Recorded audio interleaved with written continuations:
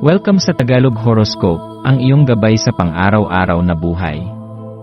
Hatid namin ang pinakadetalyadong horoscope na magsisilbing gabay mo sa pera, trabaho, pag-ibig, kalusugan, at swerte. Naway magtagumpay sa buhay ang lahat ng ating tagapakinig at subscribers sa buong mundo. Maraming salamat sa pag-subscribe at tanggapin ang siksik, liglig, at umaapaw na biyayang hatid ng Tagalog Horoscope.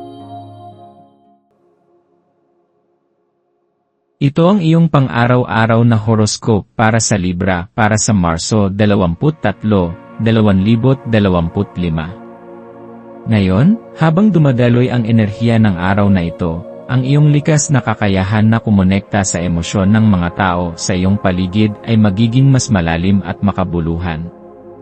Isa itong pambihirang pagkakataon upang mas maintindihan mo hindi lamang ang damdamin ng iba kundi pati na rin ang sarili mong nararamdaman. Sa bawat hakbang na iyong ginagawa, mararamdaman mo na ang iyong puso ay nagiging mas bukas at mas handang tumanggap ng mga bagong pananaw. Mahalagang pagtuunan mo ng pansin ang balanse sa pagitan ng iyong mga responsibilidad sa tahanan at sa iyong karera. Sa gitna ng mga abalang gawain, tandaan na maaari mo pa ring matagpuan ang kapayapaan kung bibigyan mo ng sapat na oras ang iyong sarili upang magnilay at kumalma. Ang Marso 23 ay nagdadala ng kakaibang pagkakataon upang mas makilala mo ang iyong sarili. Sa araw na ito, hinihikayat kang bigyan ng oras ang iyong sarili upang pag-isipan ang iyong mga nais sa buhay, mga pangarap, at maging ang mga simpleng bagay na nagdadala sa iyo ng kaligayahan. Minsan, sa pagmamadali nating tapusin ang mga gawain o tugunan ang pangangailangan ng iba, nakakalimutan nating bigyan ng sapat na halaga ang ating sariling kapakanan. Ngayon, ito ay paalala na may kahalagahan din ang paglaan ng oras para sa sarili, upang makipag-usap sa iyong sariling puso, upang pagnilayan ang iyong mga nararamdaman, at upang tuklasin kung ano ang tunay na magbibigay ng kahulugan sa iyong buhay. Habang tinatahak mo ang landas ng pagninilay, maaaring maramdaman mo na may mga lumang emosyon o alaala na muling lilitaw sa iyong isipan. Ito ay hindi upang guluhin ka kundi upang bigyan ka ng pagkakataon na tuluyan itong pakawalan. Maaaring may mga pangyayaring nagdulot sa iyo ng lungkot, takot, o panghihinayang, mga damdaming pinili mong isantabi upang magpatuloy. Ngayon ay panahon na upang hayaan mong lumaya ang mga damdaming ito.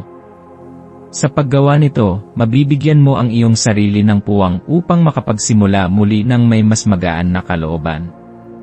Habang pinapayagan mong tuklasin ang iyong damdamin, mararamdaman mo rin na ang iyong pagkamalikhain ay muling mag-aalab.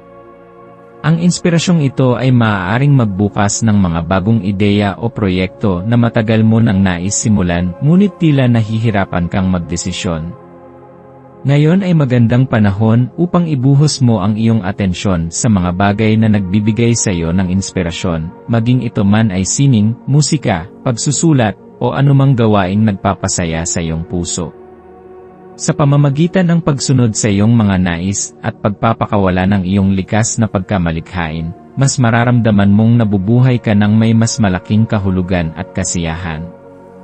Sa iyong pakikisalamuha sa mga tao sa iyong paligid, mahalagang maging maingat ka sa iyong pakiramdam at sa damdamin ng iba. Bilang isang taong may likas na empatya, madalas ay ikaw ang nagsisilbing kanlungan ng mga taong nangangailangan ng kausap o ng gabay. Ngayong araw, maaaring may mga taong lalapit sa iyo upang humingi ng payo o simpleng pagpapalakas ng loob. Sa kabila ng iyong kagustuhang tumulong, tandaan na mahalaga rin ang pagbibigay ng oras upang alagaan ang iyong sarili. Ang pagmamalasakit sa iba ay mahalaga, ngunit hindi mo ito magagawa ng maayos kung ikaw mismo ay hindi nakakaranas ng kapayapaan sa iyong puso. Ang iyong maswerteng kulay para sa araw na ito ay asul. Ang asul ay sumasalamin sa kapayapaan ng isip, malinaw na pag-isip, at emosyonal na balanse. Sa pamamagitan ng pagsusuot ng asul na damit o pagdadala ng asul na bagay, maaaring makatulong ito upang mapanatili mong mahinahon at kalmado ang iyong isipan, lalo na sa mga sitwasyong maaaring magdala ng tensyon o kalituhan. Ang iyong maswerteng numero para sa araw na ito ay 3, 8 at 21. Ang 3 ay sumisimbolo ng pagsasama-sama ng isip, katawan, at espiritu, na mahalaga upang makamit ang tunay na balanse sa buhay. Ang 8 ay kumakatawan sa kasaganaan at tagumpay sa mga bagay na iyong pinagtutuunan ng panahon at dedikasyon. Samantalang ang 21 ay sumasalamin sa mga bagong simula at pag-unlad, na nagbibigay sa iyo ng pag-asa na anumang hirap ay maaaring mapagtagumpayan sa tamang tiyempo. Ang maswerteng gawain para sa araw na ito ay ang pag-aalaga sa iyong mental at emosyonal na kalusugan. Maglaan ng oras upang magnilay, magdasal, o simpleng huminga ng malalim at magpahinga. Sa pamamagitan ng paglalaan ng sandali para sa iyong sarili, mas magiging handa ka upang harapin ang mga pagsubok ng araw na ito ng may kalmado at determinasyon. Sa pagtatapos ng araw, pagnilayan mo ang mga hakbang na iyong ginawa at ang mga emosyon na iyong pinakawalan. Pasalamatan mo ang iyong sarili sa pagiging matatag sa kabila ng mga pagsubok. Alalahanin na bawat hakbang patungo sa pagpapalaya sa mga lumang sugat ay hakbang din patungo sa mas payapang isipan at mas maliwanag na bukas. Huwag kalimutan na ikaw ay karapat-dapat sa kaligayahan, kapayapaan, at tagumpay. Sa araw na ito, yakapin mo ang pag-asa na ang bawat pagsubok na iyong dinaanan ay nagtuturo sa iyo ng mahalagang aral na magpapalalim sa iyong pagkatao. Magpatuloy ka sa iyong paglalakbay ng may tiwala na ang kinabukasan ay magdadala ng mga biyayang higit pa sa iyong inaasahan.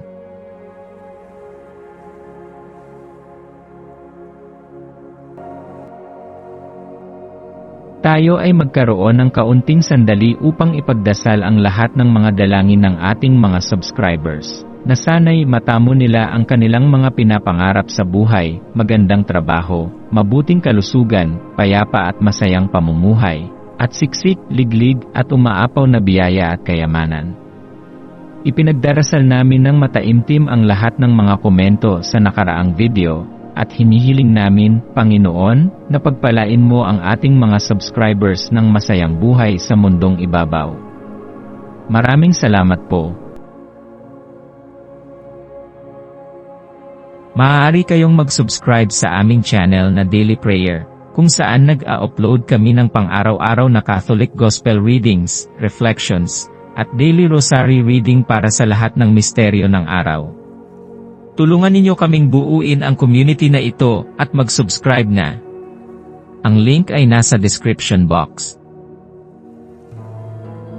Maraming salamat sa panonood ng iyong horoscope ngayon araw. Naway gabayan ka ng mga bituin sa iyong landas. Huwag kalimutang mag-like, share, at subscribe para sa iba pang cosmic na kaalaman. Hanggang sa muli, manatiling konektado sa universo,